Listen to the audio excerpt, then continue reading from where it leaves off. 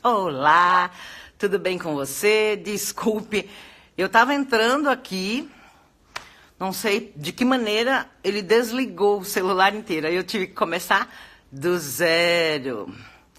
Então, agora estou aqui começando essa nossa tarde de live. Já deu errado aqui alguma coisa. Virei a câmera, mas não tem problema. Chegamos! A nossa leitura de hoje tem um foco muito importante, que é em alguma coisa que sempre atrapalha a vida das pessoas, que é o bendito do fracasso. Se você já tentou alguma coisa e não deu muito certo, boa tarde, doutora Andréia, que coisa boa te ter aqui.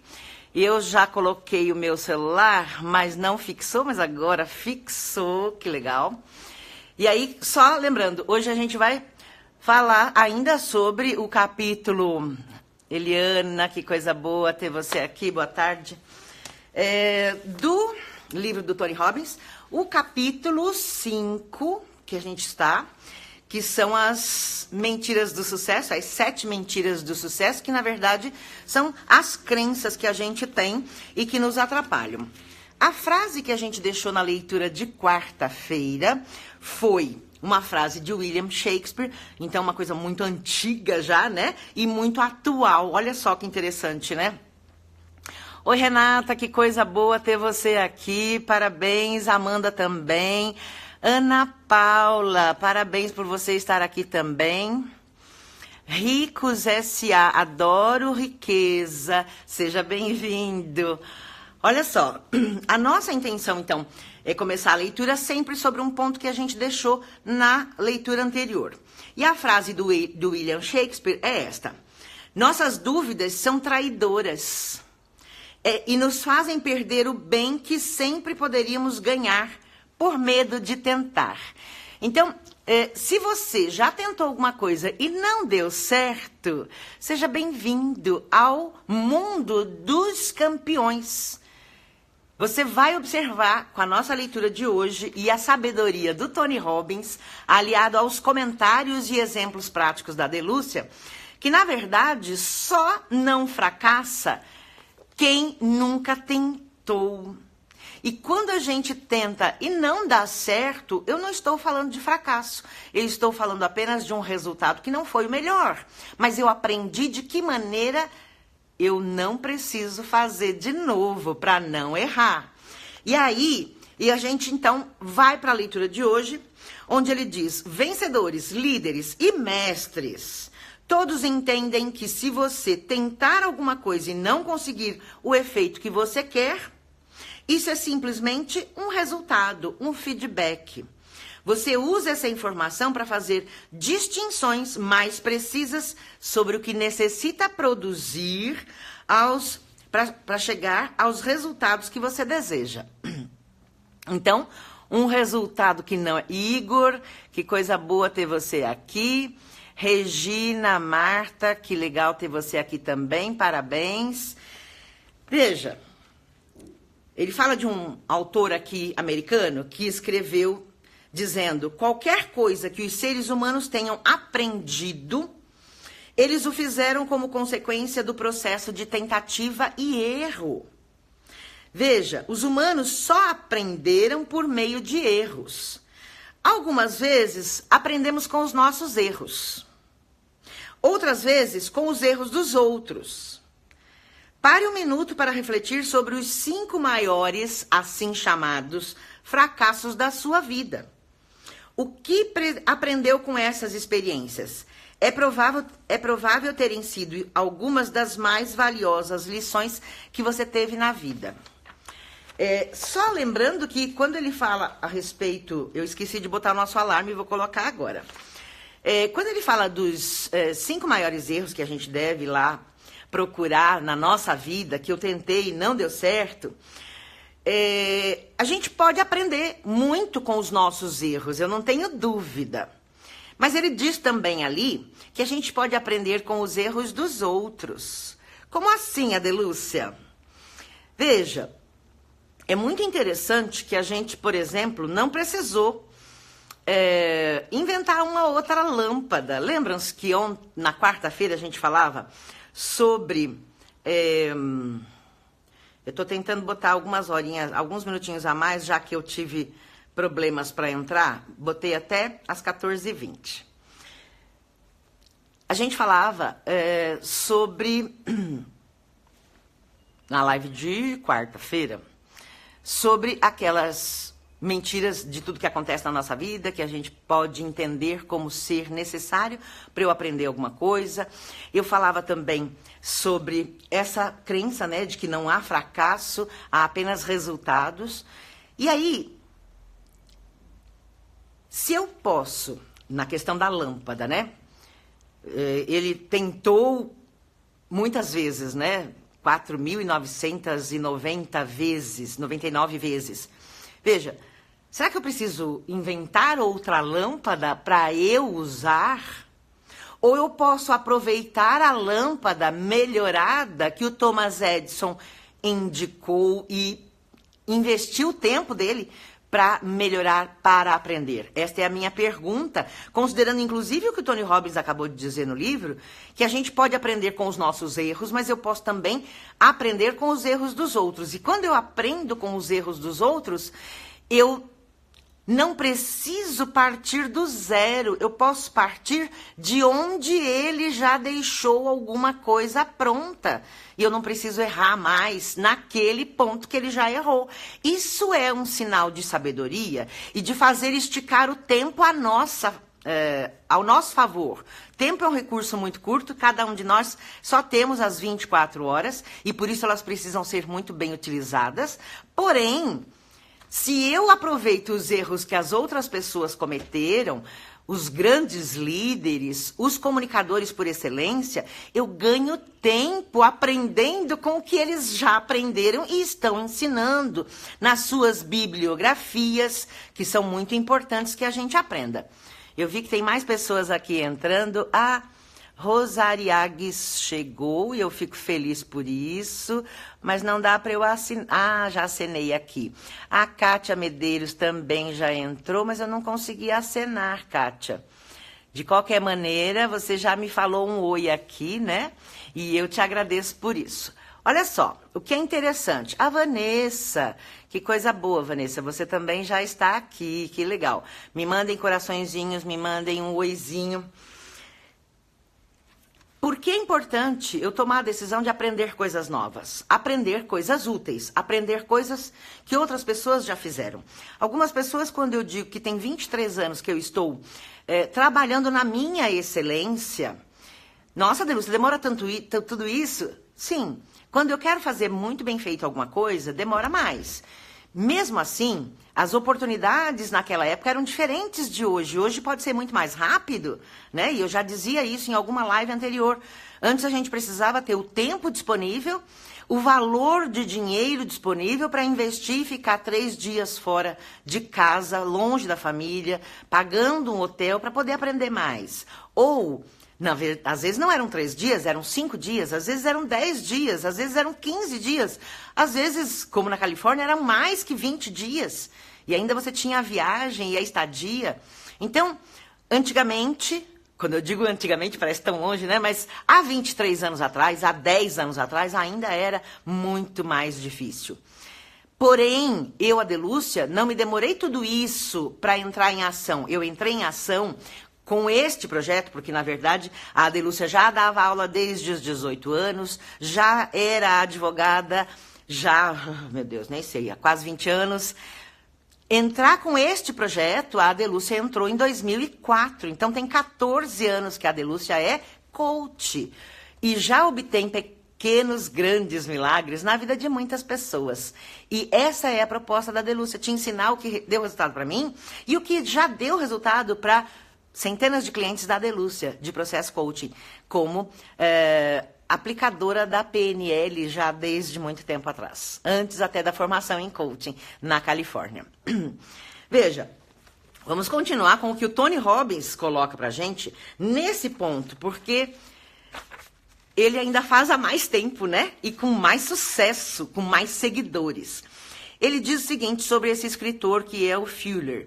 Ele usa a metáfora do leme de um navio. Diz que quando o leme está num ângulo determinado, e eu usava numa das lives aqui a metáfora da lancha, que é muito parecida, né? Ele diz assim, um timoneiro em mar tranquilo, dirigindo seu barco mansamente em direção ao seu destino, superando milhares de inevitáveis desvios de sua rota, é uma imagem agradável e é um lindo modelo para o processo de viver com sucesso. Se você sai de um porto para chegar em outro porto, mas você sabe para onde vai chegar. Então, o porto de saída, né, é o ponto A. O porto de chegada é o ponto B. Você tem este caminho a percorrer, que é o processo coaching. Ele vai precisar de alguns ajustes. Talvez você tenha colocado a rota, mas vem um vento, vem uma turbulência, um sol muito forte e você decide descansar um pouco. Tudo isso são intempéries que podem acontecer no meio da navegação e também do seu processo. Às vezes, quando eu digo, inclusive, se a gente quer formar um filho, né, como se fosse uma árvore muito forte, bem enraizada, ou um pé de alface, às vezes nessa minha rota eu ando, né, eu navego com o meu barco durante 10 ou 15 metros e aí o sol fica muito forte e já murcha o pé de alface e aí eu já desisto, eu volto para trás. Ai, vai ser muito difícil. Aí se eu chegar lá e estiver chovendo, né? São coisas que a gente fica com um pouco de receio e que nos trazem o resultado que não é o que eu espero. Então, é muito importante que a gente tenha essa metáfora do barco e do mar para a gente saber exatamente de onde a gente sai, como é o processo e onde a gente quer chegar. Mais do que isso, né? A maioria de nós não pensa dessa maneira. Cada erro, cada engano tende a se fixar na bagagem emocional. É um fracasso que se reflete muito mal entre nós. Como se a gente não quisesse ter nenhum fracasso, né? Boa tarde, Márcia. Que legal que você hoje conseguiu arranjar um tempinho para entrar. Eu sei que a sua agenda está lotada e eu fico muito feliz por isso, tá? Mas é muito importante também que a gente siga ainda mais, né, aprendendo mais coisas. Então, agradecida por você encontrar este momento, fazer esse esforço para estar aqui. Parabéns. Olha só. Então, ele continua aqui ainda dizendo, muitas pessoas, por exemplo, ficam desanimadas, feito pé de alface, né? Porque são gordas. Suas atitudes em relação à obesidade não mudam em nada. Em vez disso, poderiam admitir o fato de que estão tendo sucesso na obtenção de um resultado chamado excesso de gordura. Triste isso, mas é verdade, né? A pochetezinha da Delúcia aqui, por isso eu estou aqui. Que linda, verdade, né, Márcia? Quando eu penso que eu estou num processo para adquirir excesso de peso, meu Deus, não é isso que eu quero, né? Aí a nossa mente acorda e começa a virar a chavinha de a gente poder mudar. E é o que ele coloca aqui. Veja.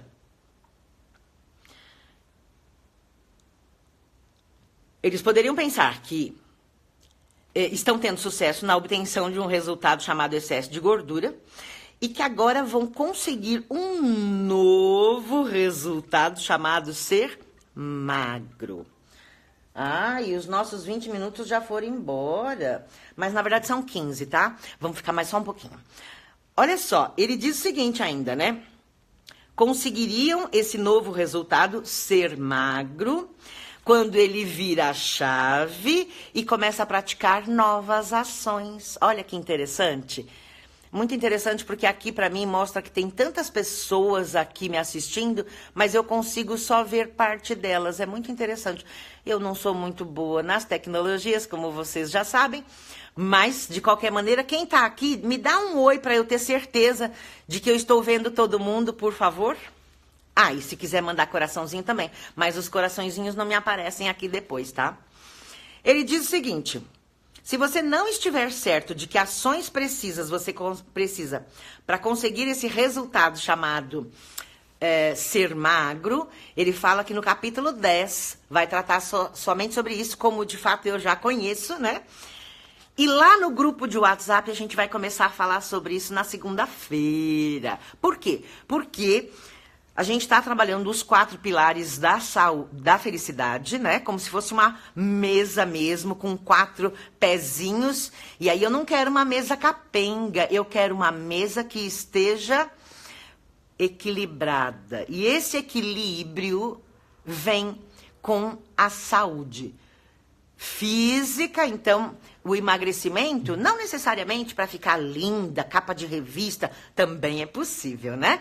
Ontem eu estive no lançamento do livro do marido de uma amiga muito querida, e eu fui para lá. Vou mostrar depois até algumas fotos aqui no próprio Instagram. Eu fiquei muito feliz com o resultado de me olhar no espelho e falar: uau! Esse estado deixa a gente muito feliz em perceber que os quilinhos extras estão indo embora, né? É uma parabenização. Então, um dos pilares para a gente ter este equilíbrio físico é a saúde física, mental e emocional. É um conjunto de atitudes que a gente está lá no grupo de WhatsApp implementando para esta turma de campeões, né? Que coisa rica. Então, veja, ele vai falar sobre isso no capítulo 10, quando a gente estiver aqui na live. Quem está lá no grupo vai saber já rapidinho, né? Então, ele ainda diz o seguinte: descubra ações específicas que essa pessoa magra consegue em nível mental e fisicamente. Mentalmente a gente vira a chave e aí rapidamente a gente elimina os quilinhos extras. E aí ele ainda diz: consiga as mesmas ações e conseguirá os mesmos resultados. Enquanto encarar o seu excesso de peso como um fracasso, você estará imobilizado. E como funciona isso, né? E funciona para tudo, tá? Quando as pessoas que já tiveram alguma dificuldade para eliminar peso, sabe como funciona isso. Você tá triste, você tá chateado, e aí, que linda, Marilis. Uau, Kátia, é isso mesmo, viu, Kátia? Lá no grupo, a gente vai começar já logo. Renata de Mato Grosso do Sul. Que legal que você tá me avisando, Renata. Eu solicitei e vocês me mandaram um oizinho, né? Que legal.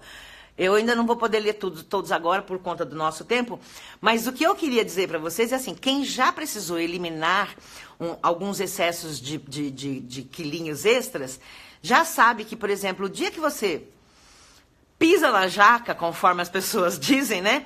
Em vez de você falar, acolher-se, né? Ah, Delúcia, tudo bem, hoje foi um dia difícil, não é que eu mereça isso, não. Você não conseguiu o seu melhor resultado, mas você conseguiu aprender de que maneira você pode fazer diferente amanhã.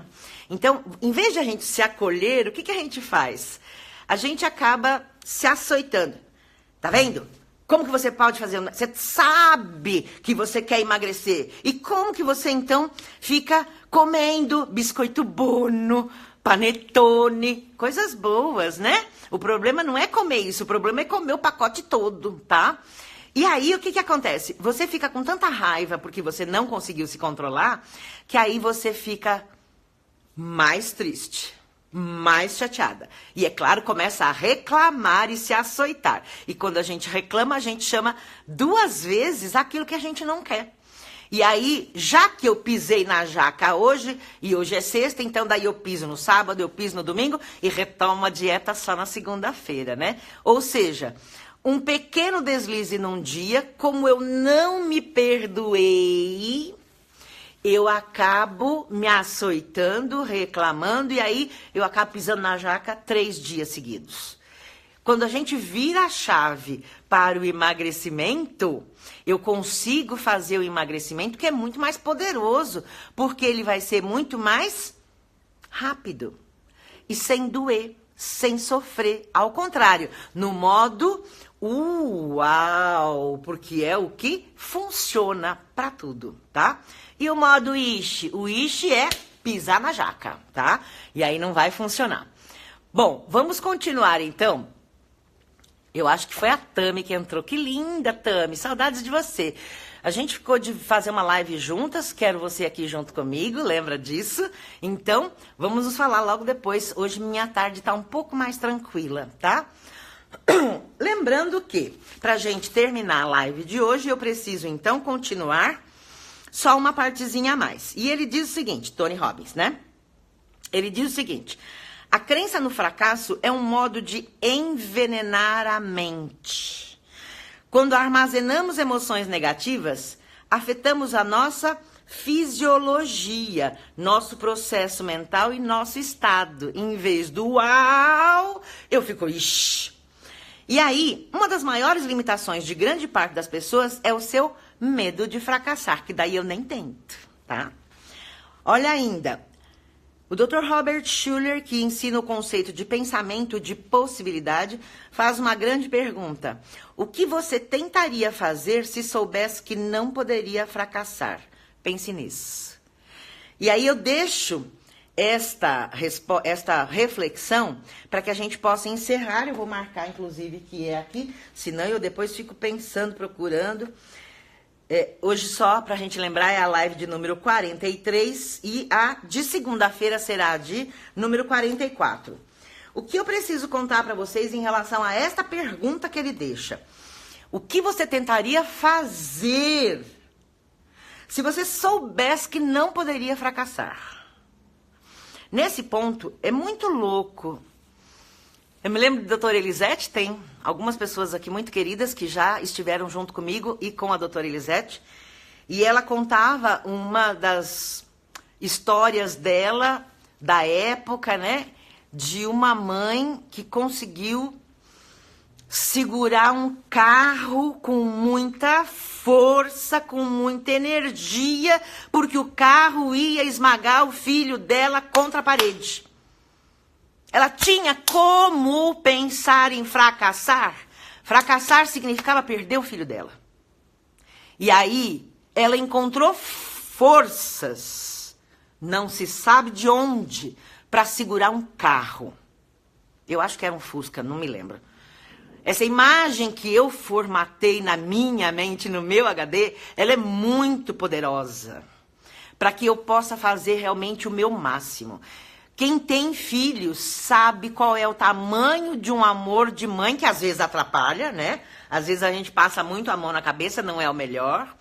Mas a gente sabe qual é o tamanho de um amor de mãe e o que a gente faria se estivesse com um filho num perigo. Então, o que você faria se você soubesse que você não pode fracassar? Se fracassar não fosse uma opção válida. Esta é a minha pergunta para você. E nesse ponto, quando a gente toca na mãe e no filho, e eu tenho certeza de que se você não tem filho, você é filha ou filho. Então você tem mãe. E a gente imagina, acredita, que talvez o filho sofra pela mãe do mesmo jeito que a mãe sofre por um filho. O que eu quero comentar com vocês aqui é muito sério. E eu tenho total tranquilidade para dizer que, da mesma forma como eu respeito cada um de vocês que estão assistindo agora comigo e que vão assistir mais tarde, até amanhã às 14 horas, vai ter condições de fazer esta reflexão. Eu poderia me manter calada, e é um direito seu se você não concorda comigo, mas eu também tenho certeza de que você já aprendeu a apreciar opiniões divergentes. Apreciar o sentimento que movimenta opiniões divergentes e a respeitar sentimentos que manifestam opiniões divergentes da sua e concordar, não com o que a pessoa fala, mas com o sentimento que movimenta a pessoa. No meu coração de mãe, se eu ficar quieta hoje, eu posso me arrepender pelos próximos 4 anos. E por isso é que eu estou aqui colocando para você que é o voto consciente que resolve os nossos próximos 4 anos. Quando a gente decide, nesse domingo, as eleições para presidente, para senadores, para deputados estaduais, deputados federais e governadores, a gente tem que entender que a gente está definindo a nossa vida por 4 anos. Eu, como mãe, o meu voto consciente é pela segurança física. Eu acredito que tem muita coisa errada no país, isso eu não tenho dúvida. Mas eu não vou consertar tudo do dia para a noite. Mas tem uma coisa que virou bandalheira. Os nossos filhos saem de casa todos os dias. Você sai de casa todos os dias. A minha sai às 5h30 da manhã e volta às 10 horas, meia-noite às vezes. Na maior parte dos dias, na verdade, é meia-noite. A segurança de ir e vir do cidadão é algo que a gente precisa pensar e precisa ter um governante que saiba que vida humana tem um peso na vida de uma mãe, na vida minha como ser humano, porque quando eu saio de casa, vocês já sabem que eu cubro o carro da minha filha, o carro meu, o próprio avião onde eu viajo, eu cubro com um manto azul, porque para mim o azul, na verdade não é para mim não, a cor azul ela é uma cor de invisibilidade, é uma cor neutra. E não é à toa que o manto de Nossa Senhora é feito com a cor azul. Então, ela não agride quem acredita na Igreja Católica, quem acredita em outra igreja, não importa. Ela é universal. A cor azul é universal. Aliás, se a gente quer emagrecer, também vale a pena pintar a cozinha o lugar onde a gente frequentemente faz as refeições de azul, tá? Porque a cor que traz mais vontade de comer, não tem uma aqui perto, é a cor laranja, tá? É muito interessante. E a cor azul, ao contrário, ela é neutra. E porque ela é neutra, ela vem com proteção divina. Mas a gente faz a nossa parte, né? Eu não posso controlar o mundo, eu não posso mudar o mundo, mas eu posso pensar em acreditar, porque a gente precisa acreditar, não tem como, que uma pessoa consiga mudar essa trajetória da questão da segurança pública. Porque aí sobra tempo para a gente ter mais calma, mais tranquilidade, mais saúde, para acreditar que eu posso trabalhar mais. O brasileiro não tem medo de trabalhar. O brasileiro tem muita garra para trabalhar. Mas ele precisa ter tranquilidade, que ele vai conseguir andar pela rua com o celular e vai voltar com o celular. Sair de casa com o tênis e voltar para casa com o tênis. Sair de casa com vida e voltar para casa com vida. É muito triste pensar que tantas mães já perderam para os marmanjos, oportunistas, que andam armados. Armados porque eles não obedecem à lei, né? Você já viu algum assaltante obedecer lei? Claro que não. E eles andam armados. E eles vêm muito tranquilos para cima de nós. Porque eles sabem que é lei e eu sou de bem. E eu obedeço à lei e eu não ando armada. Então, tem muitas coisas nesse processo que a gente pode falar. E se você tiver com vontade de conversar sobre isso comigo, venha me acessar. Dizer que vai liberar a arma para o ser humano de bem não significa que nós vamos andar armados. As pessoas de bem vão continuar do jeito que estão, mas o ladrão vai ficar com medo, porque ele vai achar que eu posso estar armada. Ele não vai chegar acreditando que eu estou aqui, olha, de braços cruzados, esperando ele chegar para me matar, para me roubar. É mais ou menos isso que eu quero que você reflita. A minha bandeira é verde e amarela. Nunca foi vermelha, em absoluto. E jamais vai ser. A minha bandeira brasileira é verde e amarela. E é assim que eu me visto no dia da seleção, gente. E juntos nós somos muito mais fortes. Gratidão por você ter me ouvido, por acolher, aceitar, até esqueci as palavras, gente. Apreciar, respeitar e concordar com o sentimento que eu tenho. E se você parar para refletir um pouquinho, vote conscientemente. A partir de hoje, eu estou declarando o meu voto. A única pessoa que eu acredito é Bolsonaro. O resto é tudo igual. O resto já está no poder há muito tempo. O resto está aí e vai continuar desse jeito. Só piorando, infelizmente. E detalhe, eu sou advogada. Eu sou uma pessoa que conheço as leis em nível de administração, de constituição e de tributário. Então, onde as pessoas cobram os nossos impostos para que possa dar saúde, educação e segurança de qualidade, e eles não fizeram isso. E enfiaram tudo no bolso. E é por isso que a Petrobras, nós estamos pagando a conta, com aumentos semanais. Eles acham que pobre não paga a gasolina, né? Mas ele come arroz e feijão que é transportado em caminhão. Então, eu acredito apenas em 17, Bolsonaro. E eu agradeço que você me respeita e aprecia o meu sentimento. Voto consciente é o que vai resolver a nossa vida para os próximos 4 anos, quiçá pelos próximos 20 anos, para construir de verdade, desculpa, né, para reconstruir, porque o Brasil sempre foi grande, sempre foi majestoso, e ele não tem dado nenhuma alegria para a gente, muito pelo contrário. Tem até uma pessoa muito querida que no dia 23 de fevereiro de 2016 não tinha dinheiro para pagar a folha de pagamentos. Ele não quis demitir nenhum dos seus funcionários. E ele se suicidou. Uma pessoa de 43 anos, deixou um filho de 17 e a esposa. Um empresário que gerava empregos. E ele não tinha para pagar todos os seus funcionários. E é talvez em homenagem a ele que eu quero, sim, segurança pública, para que a gente possa trabalhar.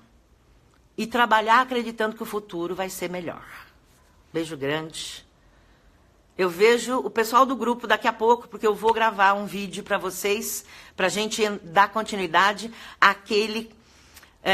àquela mesa, né, os 4 pés da mesa que estão lá para a gente trabalhar a nossa felicidade.